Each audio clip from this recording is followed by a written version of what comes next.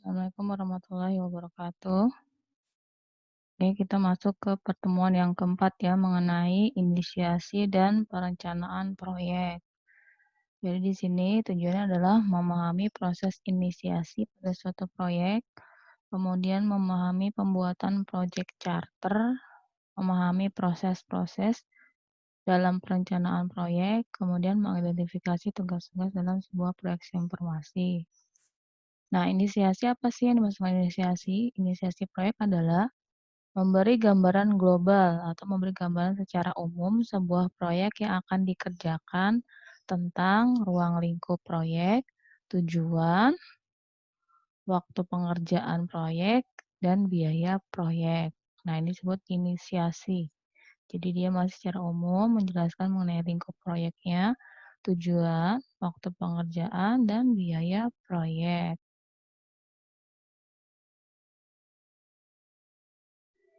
Nah, ini contohnya ya, mengenai tadi lingkup proyek. Kalau di sini lingkup proyek. Nah, ini contohnya ya, di proposal yang kemarin mengenai proyek sistem informasi kepegawaian. Jadi lingkup proyeknya nanti adalah mengeluarkan daftar gaji, mencetak slip gaji, mencetak data induk pegawai, absensi karyawan otomatis, mengeluarkan daftar absensi, kemudian mencetak absensi tiap pegawai. Kemudian berikutnya adalah tujuan. Tujuan Tujuan proyeknya apa? Di sini ada tujuannya. Misalnya adalah membangun sistem yang dapat memberikan informasi yang berkaitan dengan permasalahan pegawai, kepegawaian khususnya permasalahan penggajian dan absensi pegawai perusahaan. Nah, jadi penjelasan masalah gaji dan absensi dibuat secara otomatis oleh sistem. Dengan demikian akan memberikan kemudahan serta keuntungan bagi perusahaan maupun pegawai.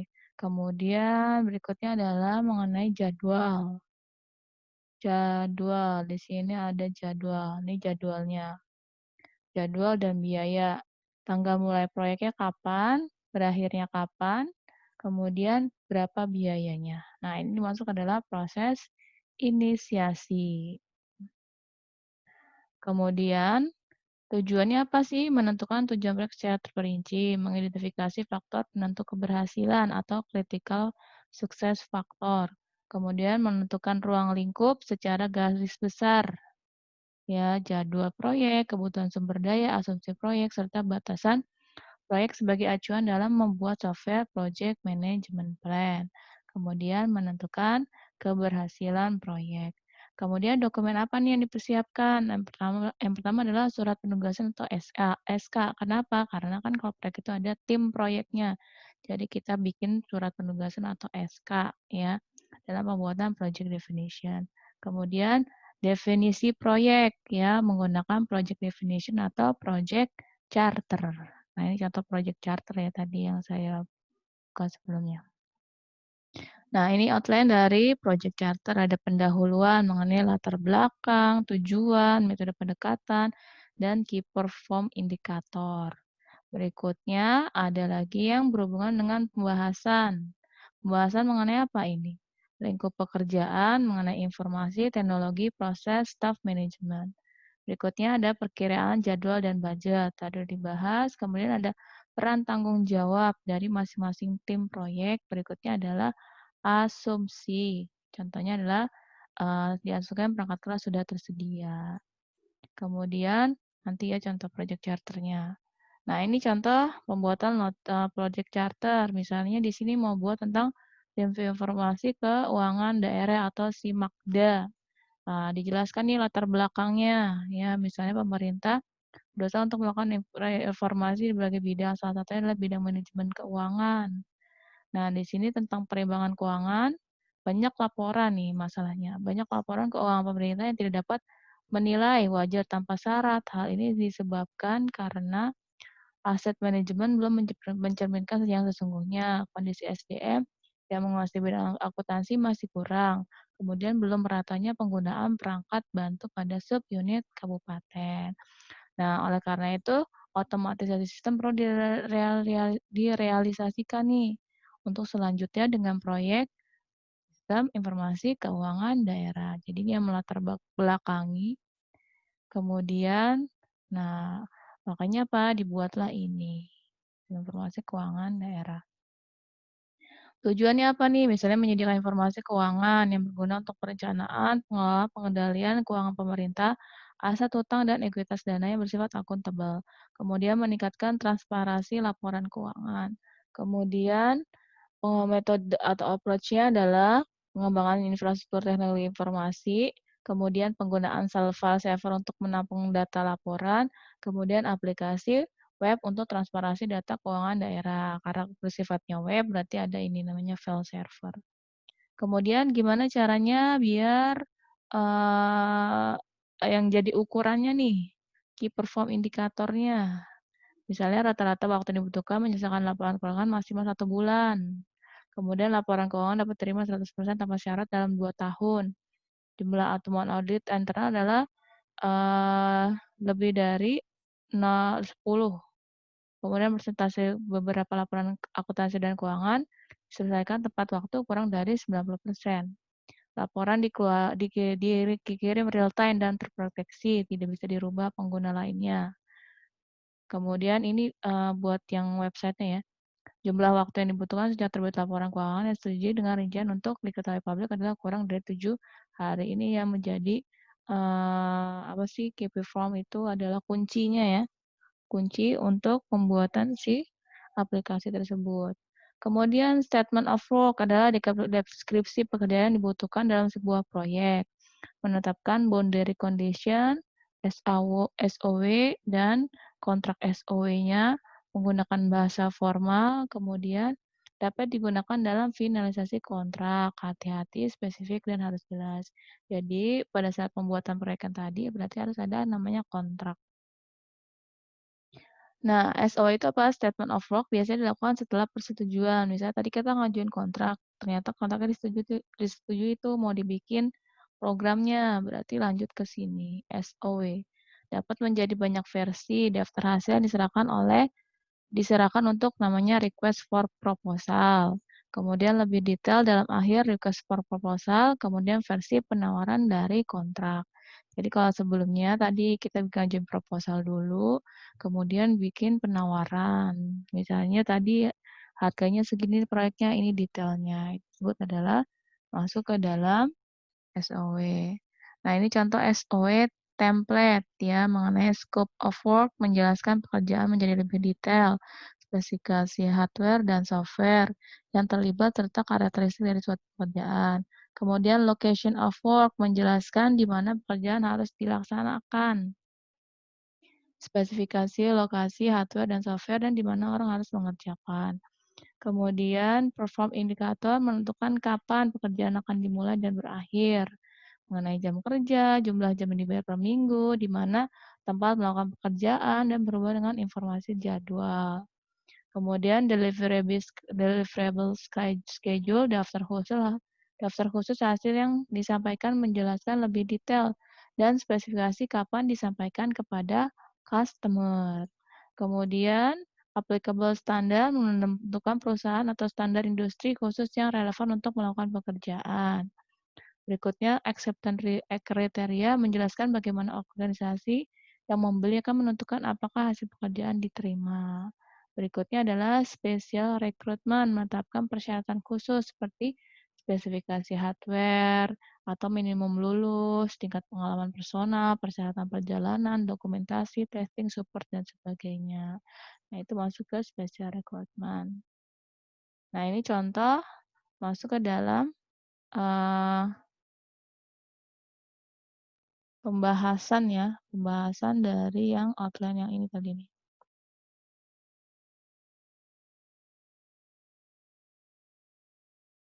Nah, ini.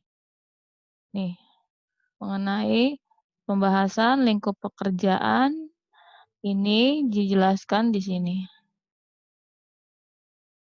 Nih, ya. Informasinya apa, teknologinya apa, prosesnya seperti apa, staffnya gimana. Jadi dijelaskan realita, pekerjaan, dan deliverable. Realita adalah kejadian sebenarnya di perusahaan atau yang berjalan. Pekerjaannya berarti nanti mau dibikin di webnya itu seperti apa, ya. Kemudian nanti setelah jadi berarti ada informasi yang disampaikan apa. Dia dari informasi, teknologi, proses, staff, dan manajemen. Kemudian masuk ke mengenai perencanaan proyek. Jadi adalah menentukan beberapa banyak usaha atau effort, resource, waktu yang akan dipakai digunakan untuk membangun sistem software, maksudnya membangun aplikasi. Jangan realistis membangun estimasi terlebih dahulu sebelum membangun sesuatu. Jadi kita bahas kasih estimasinya. Tujuannya apa? Untuk mendefinisikan ruang lingkup, membuat detail jadwal proyek, kemudian menentukan alokasi dana yang dibutuhkan proyek, menetapkan prosedur dan mekanisme pengontrolan proyek. Kemudian untuk menentukan kualifikasi ini peran dan tanggung jawab serta jumlah personel yang dibutuhkan. Kemudian mengidentifikasi resiko proyek dan menentukan tindakan atau penanggulangannya. Apabila ada masalah gimana caranya. Membuat perencanaan komunikasi selama pelaksanaan proyek. Jadi nanti misalnya cara komunikasinya seperti apa, kemudian nanti laporannya kemana, ya. Kemudian menentukan menyetujui proyek biasanya menjadi acuan. Nah, dokumen apa yang disiapkan? Ini ada project definition atau project charter, kemudian ada namanya breakdown, struktur prinsip pekerjaan, kemudian ada penugasan tim, kemudian ada jadwal proyek, ada rencana anggaran belanja proyek, perencanaan komunikasi, ada dua, melalui meeting dan report, berarti melalui rapat dan laporan. Kemudian perencanaan perubahan meliputi change request form dan change request log. Ini ada di proposal ya, proposal proyek yang sebelumnya. Kemudian perencanaan manajemen proyek atau project management plan. Langkah-langkahnya adalah menentukan scope atau produk atau batasan produk, kemudian menggunakan work produk atau tabel sederhana untuk memanage tugas-tugas yang harus dijalankan dan daftar sumber yang diperlukan. Kemudian estimasi mengenai project complexity, project size, dan tingkat kebutuhan yang tak menentu. Ini kalau dibuat estimasi. Nah, tipe perencanaan ada software development plan, ada quality assurance, ada validity plan. Kalau software development plan, rencana utama yang menjelaskan bagaimana sistem akan dikembangkan. Kemudian kalau quality assurance menentukan prosedur kualitas dan standar apa yang digunakan. Kalau validity plan, bagaimana klien akan memvalidasi sistem yang telah dibangun. Kemudian ada namanya configuration management plan, menjelaskan bagaimana sistem akan dikonfigurasi dan diinstal. Kemudian maintenance plans mendefinisikan bagaimana sistem akan di-maintenance. Kalau staff development plan mendefinisikan bagaimana skill atau keahlian dari para staff akan dikembangkan. Nah, ruang lingkup software. Jadi, ruang lingkup software adalah mengenai menggambarkan fungsi, kinerja, batasan interface, dan reliabilitas. Ya, teknik yang dipakai yang menjembatani jurang komunikasi antara pelanggan dan pengembang. Makanya perlu adanya wawancara atau pertemuan terlebih dahulu. Kemudian lakukan pertemuan dengan memulai seperti menggunakan pertanyaan yang konteks. Misalnya, siapa di belakang permintaan kerja ini? Siapa yang memakai ke solusi ini? Keuntungan ekonomisnya apa? Ya, kalau kita misalnya mau bikin program, ditanya dulu. Kemudian ada tiga tipe sumber daya manusia, software, kemudian perangkat keras, dan perangkat lunak, komponen softwarenya. Kalau sumber daya manusia berarti berhubungan dengan memilih jumlah orang di proyek tersebut, ya. Kemudian berikutnya lagi adalah mengevaluasi ruang lingkup serta memiliki kecakapan yang dibutuhkan untuk menyelesaikan pengembangan sistem. Untuk proyek kecil standarnya sekitar 6 orang per bulan. Itu standar kalau proyek kecil 6 orang. Kemudian kalau sebuah sumber daya software atau software resource adalah mengenai reusable komponen. Jadi komponen-komponen apa saja kalau reusable ini adalah kreasi dan penggunaan kembali blok-blok perangkat lunak ya. Jadi ada tuh kalau misalnya bikin program, jadi codingannya dipakai lagi nanti buat yang project berikutnya, tapi biasanya ada yang dirubah. Kemudian blok-blok tersebut harus dikatalogkan dan distandarisasi untuk aplikasi yang mudah dan divalidasi untuk integrasi biasanya disebut ya.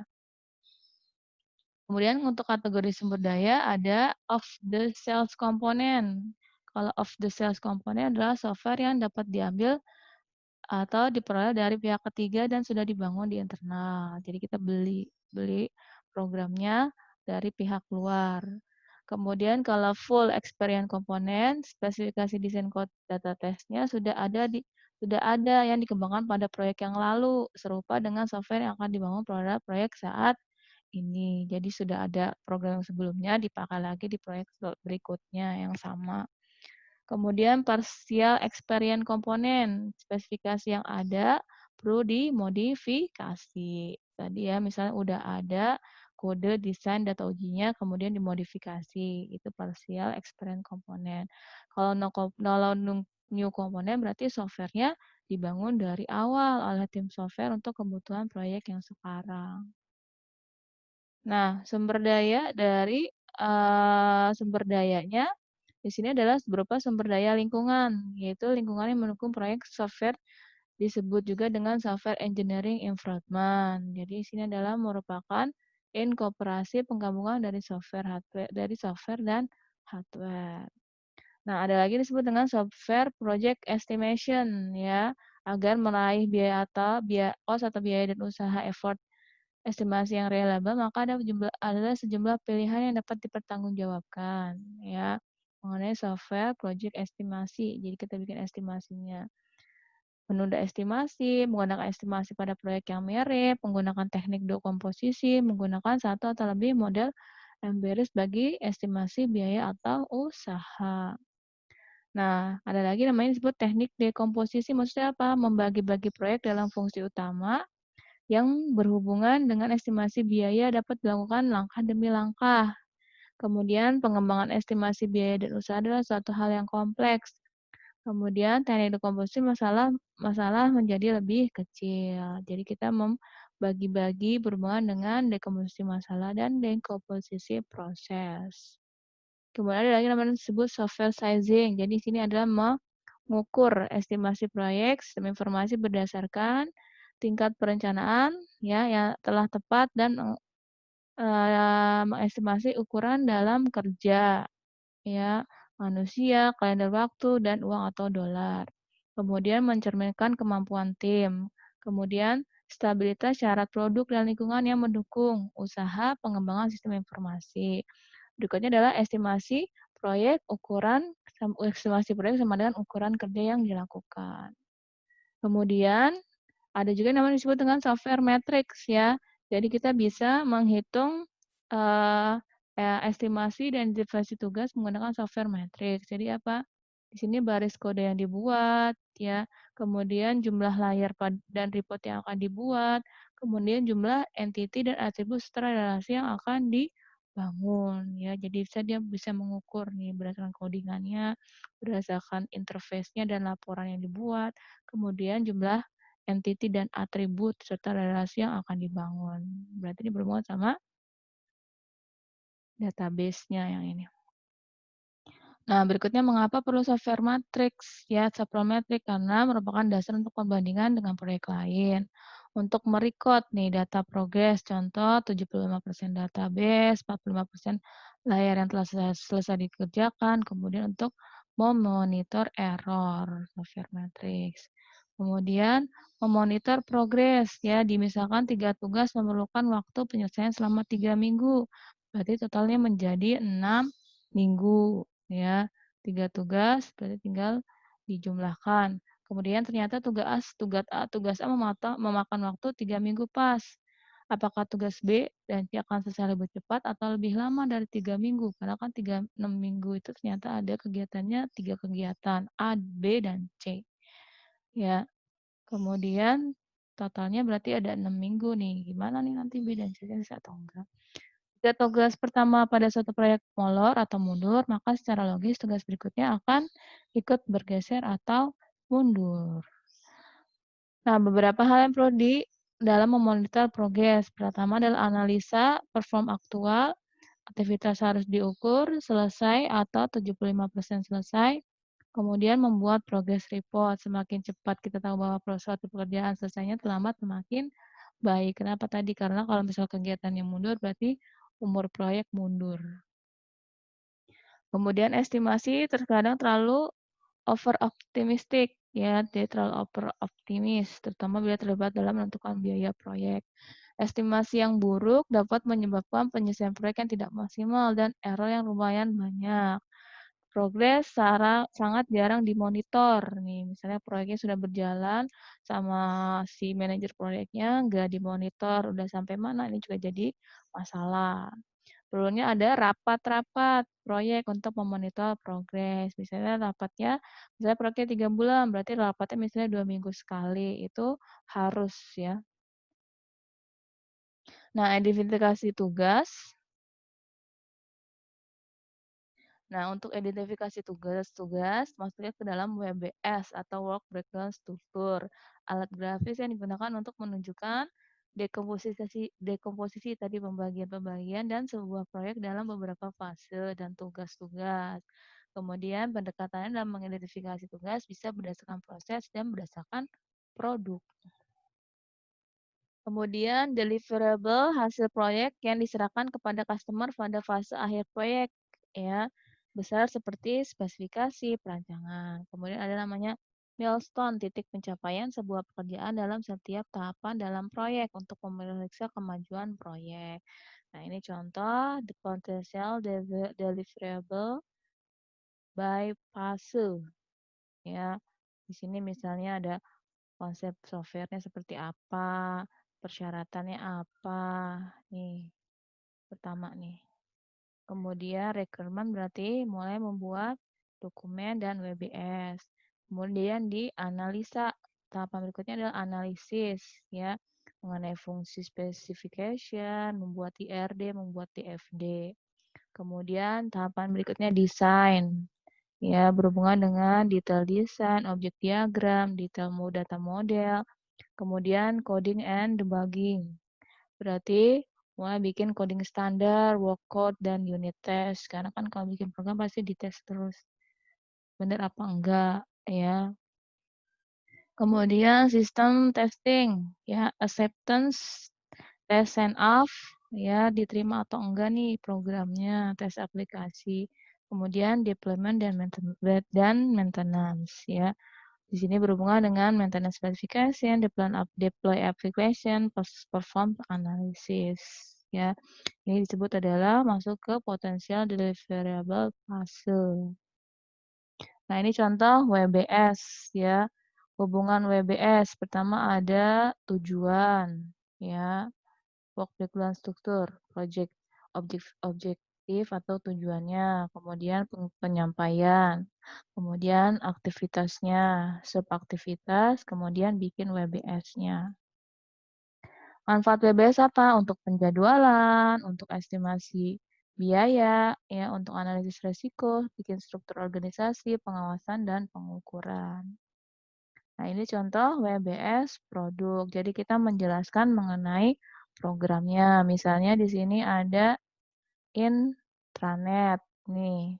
Kemudian nanti di webnya ada ini, website design, ada homepage, ada marketing page, kemudian ada sales page. Dan nanti isinya ada sitemap, grafik, program, text, image, hyperlink, text, image, hyperlink, text, image, hyperlink. Ini namanya disebut WBS produk. Ada lagi yang namanya WBS proses ya. Jadi dibikin ada level awal tadi intranet, level 0, kemudian level 1 berarti masuk ke menunya nih. Menu dari programnya. Kemudian level 2 berarti subnya, misalnya nanti di konsep ada ini. Ini berarti kan masuknya di subkonsep. Nih, subkonsep.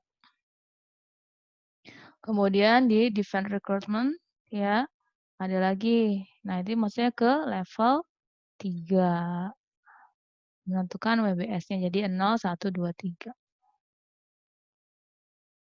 Kemudian ini penulisan WBS-nya ya, ada chart organisasi WBS, ada outline ya.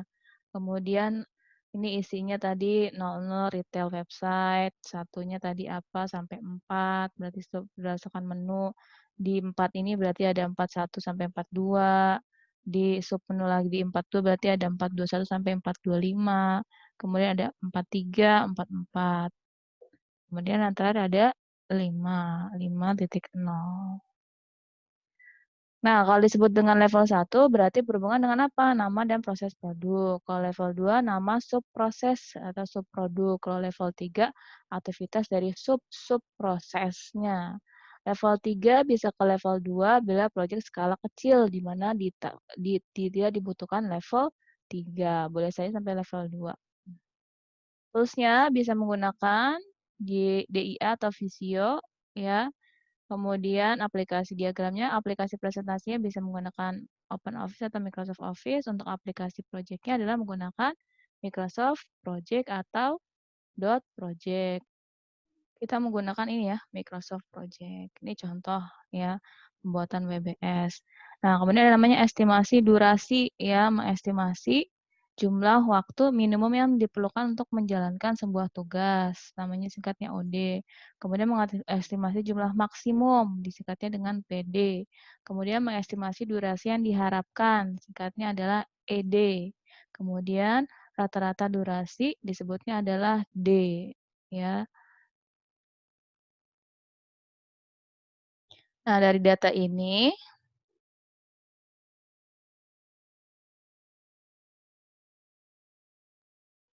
yang tadi ini, saya mau ngitung nih, berarti saya masukin tuh ya. Untuk rumusnya adalah ini, 1 dikali OD ditambah 4 kali ED ditambah 1 kali PD dibagi 6. Nah, dimasukin tadi nilai si OD-nya 2, nilai ED-nya 3, nilai PD-nya 6. Ya udah tinggal dihitung 1 dikali 2 ditambah 4 kali 3 ditambah 1 kali 6 dibagi 6. Berarti dapat nih estimasi durasinya adalah 3 hari dari apa? Dari pekerjaan yang tadi nilai OD, ED, dan PD-nya. Nah, itu ya materi dari pertemuan yang keempat. Terima kasih.